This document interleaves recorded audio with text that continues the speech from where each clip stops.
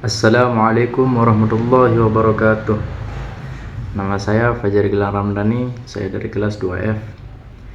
Di kesempatan kali ini saya akan sedikit membahas bagaimana Islam pada masa Sayyidina Umar bin Khattab.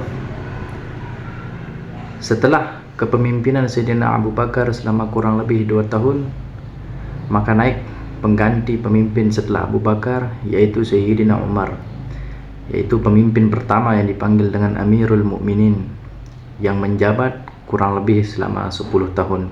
Pada masa kepemimpinan Sayyidina Umar bin Khattab muncul ijtihad baru, yaitu yang pertama, yang diantaranya adalah pembentukan kepolisian Madinah yang sebelumnya tidak ada di zamannya Sayyidina Abu Bakar.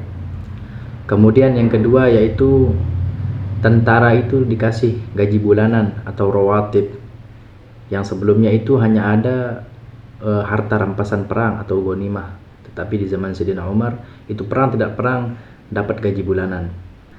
Kemudian juga pada masanya Sayyidina Umar bin Khattab itu dibangun rumah wakaf, yang sebelumnya itu hanya ada Baitul Mal saja, tapi khusus dibuat pada masa Sayyidina Umar bin Khattab itu rumah wakaf. Lalu kemudian juga di masa Sayyidina Umar bin Khattab itu dibangun diwan, kantor administrasi negara yang lengkap dengan berkas-berkas, ada karyawannya dan ada gaji tetapnya. Dan pada masa kepemimpinan Sayyidina Umar bin Khattab itu Islam itu tersebar luas, yang dimana Makkah di tengah, di bawahnya itu Yaman, di atasnya itu Suriah, ada Lebanon, ada Yordania, ada Palestina, dan di kirinya itu ada Laut Merah, dan nyebrang Laut Merah itu adalah Mesir, yang dimana Mesir itu dibuka pada masanya Sayyidina Umar bin Khattab. Ketika itu Sayyidina Umar bin Khattab itu mengutus seorang utusan yang bernama Amr bin As untuk membebaskan Mesir. Lalu kemudian pada masa pemerintah Sayyidina Umar bin Khattab itu Islam itu berhasil menguasai Palestina dengan damai, yang pada saat itu dipegang kuncinya oleh Kristen Ortodok. Dan Kristen Ortodok itu tidak mau menyerahkan kunci itu kepada tentara-tentara. Dan kata pimpinan daripada Kristen itu mengatakan, kunci ini hanya mau aku serahkan kepada Sayyidina Umar bin Khattab. Kalau mau kunci ini, suruh datang Sayyidina Umar bin Khattab kemari. Lalu Sayyidina Umar pun datang ke sana.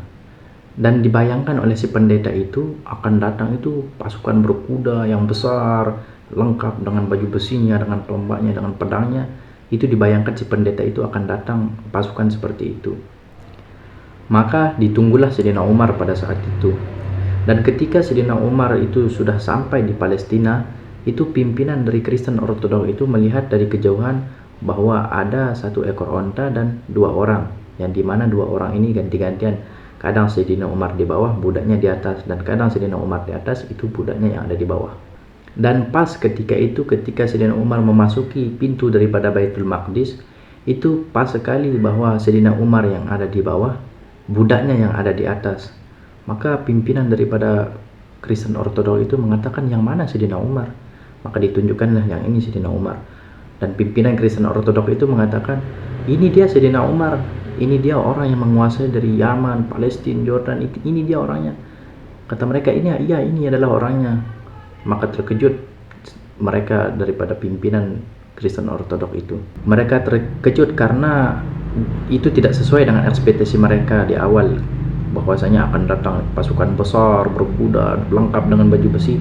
Ternyata ketika datang itu Sayyidina Umar itu memakai pakaian biasa, sehingga membuat daripada pimpinan Kristen Ortodok itu terkejut. Dan setelah itu Sayyidina Umar itu dipersilahkan untuk sholat di dalam gereja tempat kelahirannya Sayyidina Isa alaihissalam. Tapi ketika itu Sayyidina Umar itu menolak untuk sholat di dalam gereja tersebut dan memilih untuk sholat di depan gereja itu. Dan ketika selesai sholat, Sayyidina Umar itu ditanya oleh orang-orang, wahai khalifah, kenapa engkau tidak mau sholat di dalam gereja itu? Dan ketika itu Sayyidina Umar menjawab, nanti kalian lihat. Dan benar, sekarang baru orang terkagum, bekas sujudnya Sayyidina Umar itu sekarang itu menjadi masjid yang diberi nama Masjid Umar bin Khattab, yang berhadap-hadapan dengan katedral tempat kelahirannya Isa alaihissalam. Coba bayangkan kalau seandainya Sayyidina Umar sholat di dalam gereja tersebut, apa yang akan terjadi? maka pasti gereja itu akan rata menjadi masjid.